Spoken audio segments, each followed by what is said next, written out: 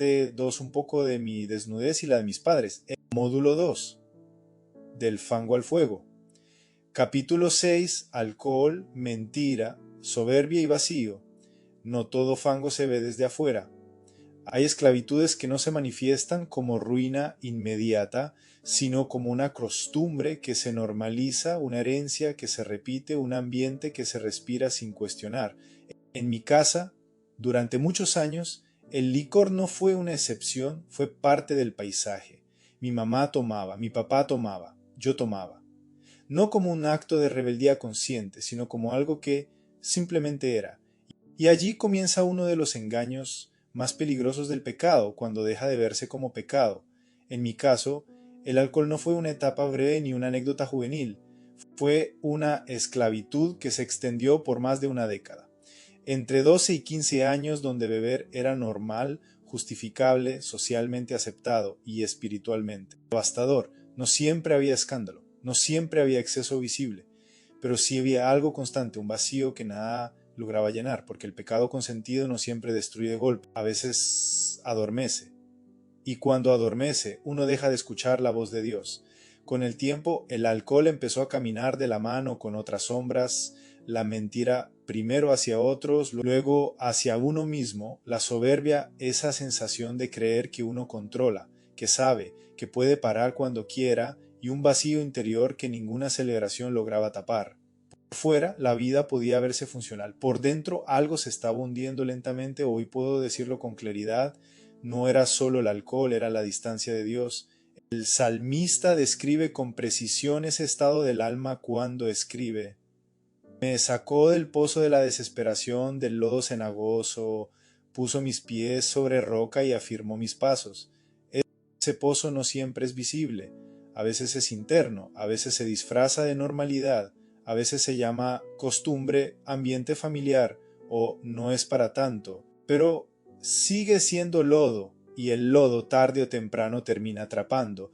Durante años viví creyendo que tenía control, que podía beber y aún así funcionar, que podía acercarme a Dios cuando lo necesitara y alejarme cuando no. Esa es otra mentira peligrosa, pensar que uno gobierna su vida mientras el pecado va tomando terreno. La Escritura es directa y sin adornos, porque la paga del pecado es muerte, mas la dádiva de Dios es vida eterna en Cristo Jesús, Señor nuestro. La muerte de la que habla Pablo no siempre es física. Muchas veces es espiritual, relacional, emocional, es la muerte del propósito, de la sensibilidad, de la paz, es vivir pero sin vida. Y aún así, y esto es lo que hoy reconozco con gratitud, Dios nos protegió a pesar de nuestra dureza, a pesar de nuestra necedad, a pesar de haberlo buscado solo en momentos de crisis. En mi caso hubo accidentes, decisiones imprudentes, conducción bajo los efectos del alcohol y Dios en su misericordia guardó. No porque yo fuera bueno, sino porque Él es fiel. Con el tiempo el Señor fue obrando. En mi familia el alcohol fue perdiendo dominio. Mi mamá, mi papá y yo nos fuimos alejando del licor, no de manera perfecta ni instantánea, sino progresiva, acompañada, sostenida por la gracia. Hoy puedo decir con humildad que, aunque en ocasiones pueda tomarme algo, ya no gobierna, ya no domina, ya no esclaviza.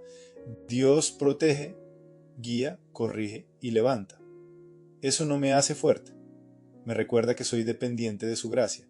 Aquí es importante decir algo con claridad pastoral. Este capítulo no existe para glorificar el pasado ni para exaltar el pecado. Existe para mostrar que el vacío del pecado consentido solo puede ser llenado por Dios y que su misericordia muchas veces nos guarda incluso cuando no lo merecemos. Por eso, este es un buen momento para detenerte y hacer un diagnóstico honesto, no para condenarte, sino para despertar. Pregúntate con valentía delante de Dios: ¿qué estoy justificando hoy que el Espíritu ya me ha confrontado? ¿Qué costumbre llamo normal, pero me está alejando de Dios? ¿Qué esclavitud minimizo porque no se ve tan grave? El peligro no es caer, el peligro es quedarse cómodo en el lodo. Y cuando uno reconoce su condición, cuando deja de justificarse y se rinde, Dios hace lo que solo Él sabe hacer, sacar del fango y poner los pies sobre roca, no de la noche a la mañana siempre, pero de manera firme, real y transformadora. Hoy puedo mirar atrás sin orgullo y sin vergüenza, solo con gratitud. No porque el pasado fue bueno, sino porque Dios fue misericordioso. Y puedo decir con plena conciencia que si estoy aquí escribiendo, compartiendo y caminando con fuego, no es por mérito, sino por gracia. Señor, reconozco el vacío que el pecado dejó en mi vida. Confieso las veces que justifiqué lo que me alejaba de ti. Gracias por guardarme cuando no supe cuidarme. Gracias por sacarme del lodo y afirmarme sobre la roca. No permitas que glorifique el pasado ni que viva desde la culpa. Enséñame a vivir en dependencia de tu gracia y a caminar en la libertad que solo tú das. Amén. Este no es el final del testimonio, es apenas el comienzo, porque cuando el pecado pierde dominio, algo más queda al descubierto, las decisiones que tomamos sin Dios, especialmente cuando se trata de dinero, negocios y ambición. En el próximo capítulo entraremos en otro terreno delicado pero necesario cuando el dinero se convierte en Dios y la ruina llega sin que lo notemos.